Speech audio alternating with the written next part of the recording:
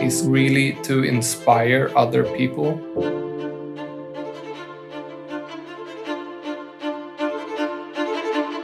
Value on a Hollywood scale, using only miniatures. Now, inspiration comes from the little things.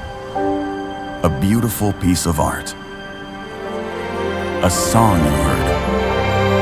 A new tool that helps you express yourself.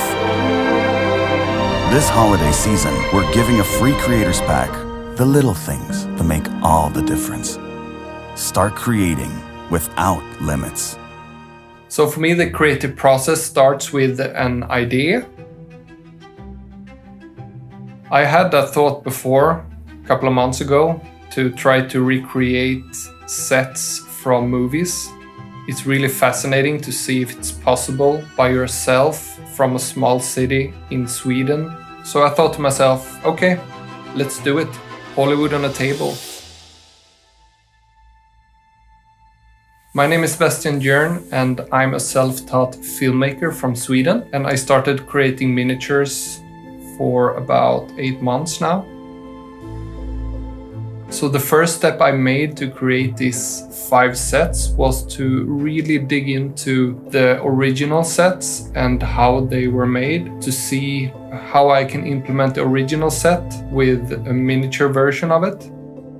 I need to plan out the scale, what materials I should use, what size the diorama should be. After that, I go into the building process. Then we go into the lighting, the angle, the composition, and then we are into the filming, and that's actually the fastest part in the creative process. The most important part is to understand light, to create the right shadows and the right highlights. You can do the most amazing shots with even a mobile phone.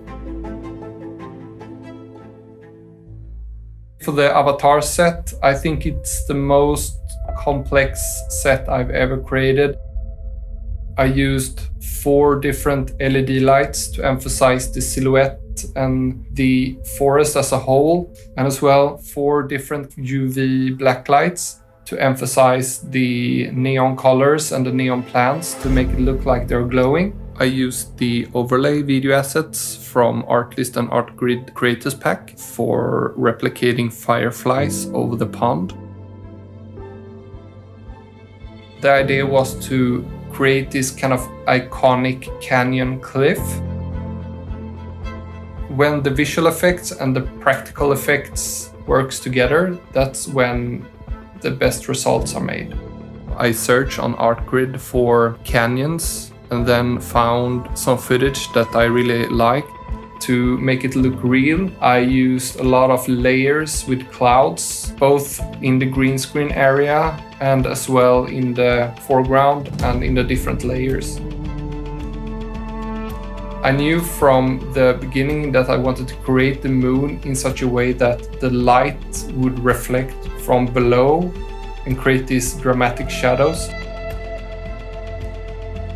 So for the Blade Runner, I really enjoy crafting all the parts to try to get the same colors and same vibe as the original.